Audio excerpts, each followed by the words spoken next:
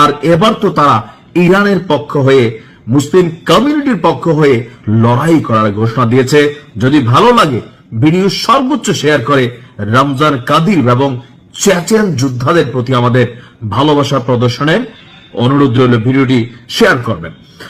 দর্শক, ইরানের পাশে যখন পশ্চিমা বিশ্ব একত্রিত হয়েছে, যখন আরব বিশ্ব আপনার পৃথক হয়েছে, উল্টো ইরানকে কিভাবে বটানো যায় সেই পরিকল্পনা করছে, সেই সুদূর হাজার মাইল দূর থেকে চেচেন যোদ্ধারা রমজান কাদিরের নেতৃত্বে ইরানের পক্ষে লড়াই করার সিদ্ধান্ত নিয়েছে।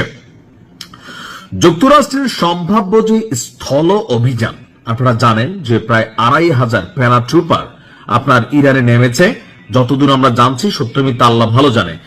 তো হামলার হুমকিতে থাকা ইরানের সাহায্যে সরাসরি যুদ্ধে অংশ নেওয়ার ঘোষণা দিয়েছে রাশিয়ার চেচেন প্রজাতন্ত্রের বীর যোদ্ধারা। রমজান কাদিরের নেতৃত্বাধীন এই বাহিনী যুক্তরাষ্ট্র এবং ইসরায়েলের বিরুদ্ধে চলমান এই যুদ্ধকে ইরানকে রক্ষার জিহাদ হিসাবে আখ্যায়িত করেছে। একই সঙ্গে তারা এই লড়াইয়ে ভালো এবং মন্দের যুদ্ধ বলেও অভিহিত করেছে। যখন আমরা দেখছি মার্কিন যুক্তরাষ্ট্র একের পর এক বড় বড় মিশন পরিচালনা করছে, ইরান অনেকটু কাবু হচ্ছে, বাট পাল্টা তারাও জবাব দিচ্ছে তাদের ভান্ডারে থাকা মেশিনারি, যে ঠিক তখনই এই ঘোষণা ইরানি যোদ্ধাদের সাহস আরো কয়েক গুণ বাড়িয়ে দিবে। গত কয়েক সপ্তাহের আকাশপথে হামলায় আশানুরূপ ফল না পাওয়ায় মার্কিন যুক্তরাষ্ট্র তারা সিদ্ধান্ত নিয়েছে যে ইরানে স্থলবাহিনীর অভিযান শুরু করবে। আর ঠিক এই মুহূর্তে চেচেন যোদ্ধা রমজান কাদির তিনি বলছেন, যদি সত্যি মার্কিন বাহিনী স্থলপথে অভিযান চালায় তবে ইরানের হয়ে সরাসরি যুদ্ধের মাঠে লড়াই করবে চেচেন যোদ্ধারা। দর্শক, তেহরান এবং ওয়াশিংটনের মধ্যকার এই যে যুদ্ধ চলছে, এর মাঝখানে এই চেচেন যোদ্ধাদের কানেক্টিভিটি তৃতীয় বিশ্বযুদ্ধের একটা বার্তা দিচ্ছে। আবার কেউ কেউ মনে করছেন যে এটার পেছনে আসলে পুতিন কাকু দায়ী। অর্থাৎ রাশিয়ার যেই রাষ্ট্র, এই রাষ্ট্রটার খুবই মিত্র একটা শক্তি বা সাপোর্টিং শক্তি হচ্ছে চেচনিয়া। তো সেই চেচনিয়া রাশিয়ার সাহায্যের বদলতে কিন্তু অনেক কিছু করে, এমনকি এটার অর্থনীতি, সমরনীতি বা এটার শক্তি, সামর্থ্য সবকিছুর পেছনে কিন্তু পুতিন ইজ দ্য বস। আর রাশিয়া ইউক্রেন যুদ্ধে এই দৃশ্য আমরা বারবার দেখেছি। তো এই মুহূর্তে চেচেন যুদ্ধরা কিভাবে, মানে চেচেন যে যোদ্ধারা আছে তারা কিভাবে এই যুদ্ধে কানেক্ট হচ্ছে, এই প্রশ্ন যখন সবার মনে, তখনই কেউ কেউ মনে করছেন ভ্লাদিমির পুতিন অর্থাৎ পুতিন কাকু নিজে সরাসরি এখানে হস্তক্ষেপ না করলেও ইরানের এই দুর্দিনে মিত্রের পাশে তার যে টিম বি অর্থাৎ চেচেন যোদ্ধাদের আছে তাদেরকে তিনি যুদ্ধে যাওয়ার জন্য আপনার এনকারেজ করেছেন বা উৎসাহিত করেছেন। তো এই মুহূর্তে আমার কাছে মনে হয় যে নতুন কিছু ঘটতে যাচ্ছে। এভাবেই আমাদের গায়েবী মদত পৌঁছে যাবে ইরানের জন্য ইনশাআল্লাহ। চেচেন যোদ্ধাদের অন্তরকে আল্লাহ আরো প্রসারিত করুক।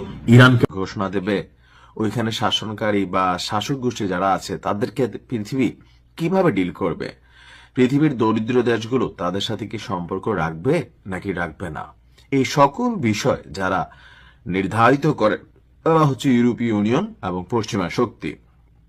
তবে এই পশ্চিমা শক্তির বিরুদ্ধে পাল্টা অবস্থান নেওয়ার মতন বুকের পাটা বা কলিজা এটা শুধু একটা রাষ্ট্রের আমি দেখলাম।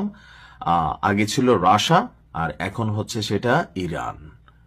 রাশিয়াটা মাইনা নিতে পারি যে সামরিক শক্তি, অর্থনীতি, ওয়ার্ল্ড ওয়াইড তাদের যে কানেক্টিভিটি বা একসময়ের পরাশক্তি, কিন্তু ইরান দেখেন ছোট্ট একটা রাষ্ট্র, কিন্তু আজকে ইউর বিরুদ্ধে পাল্টা যে পদক্ষেপ নিয়েছে, এই পদক্ষেপে দুইটা জিনিস তো স্পষ্ট, যে বলা হচ্ছে আগামী 48 ঘন্টার মধ্যে ইরানে বড় ধরনের একটা অভিযান চলবে।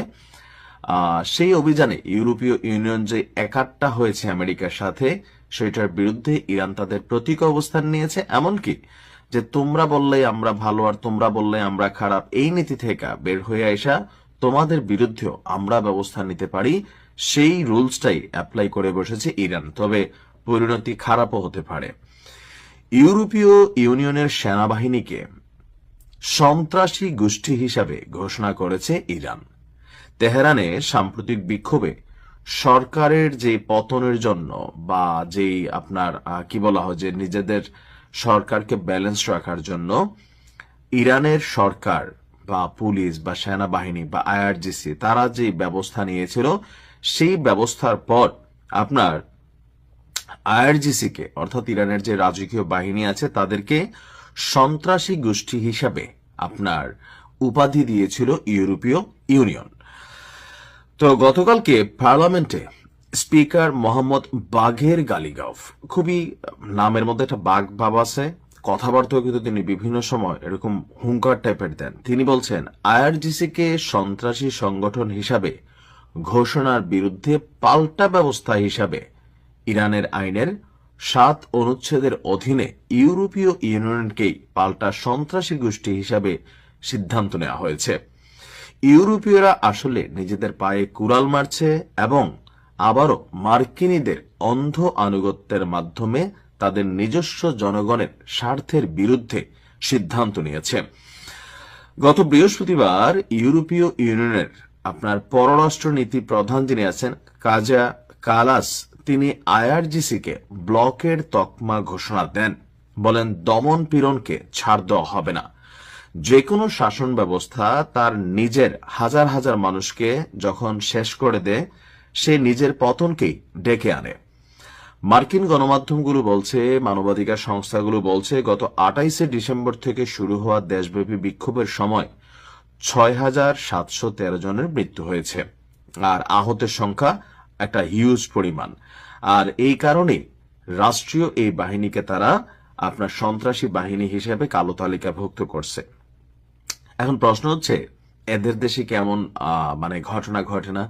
আপনাদের খেয়াল থাকার কথা, এই যে গ্রেটা থ্রুনবার্গ, ওই যে মেয়েটা মানবাধিকার কর্মী, ফিলিস্তিনের উদ্দেশ্যে ত্রাণবাহী পতাকা নিয়ে জাহাজ নিয়ে, আপনার খেয়াল আছে তো সারা পৃথিবী থেকে অনেকগুলো মানবাধিকার সংগঠন যখন সেখানে গেল তো তাদেরকে যখন মাঝখানে গ্রেপ্তার করা হলো, এ নিয়ে সারা পৃথিবীতে ব্যাপক বিক্ষোভ, বিপুল পরিমাণ জনসমাগম, রাষ্ট্রের মধ্যে খোদ আমেরিকাতেও ছাত্র জনগণ রাজপথে নেমে এসেছিল। তখন মার্কিন যুক্তরাষ্ট্র বা তাদের পুলিশ, যুক্তরাজ্য বা তাদের পুলিশ, জার্মানি রাষ্ট্রের যারা পুলিশ আছে বা ফ্রান্সে, আপনারা নিশ্চয়ই দেখেছেন কেমন ঘটনা ঘটেছে, কিভাবে সিস্টেমকে ম্যানিপুলেট করা হয়েছে।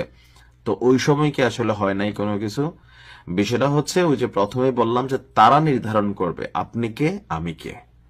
তবে এরকম বিকল্প পদ্ধতি নেওয়া বা পাল্টা রিয়েকশনের মতো ক্ষমতা শুধুমাত্র ইরানেরই আছে। বেস্ট অফ লাক ইরান, ভালো থাকুন।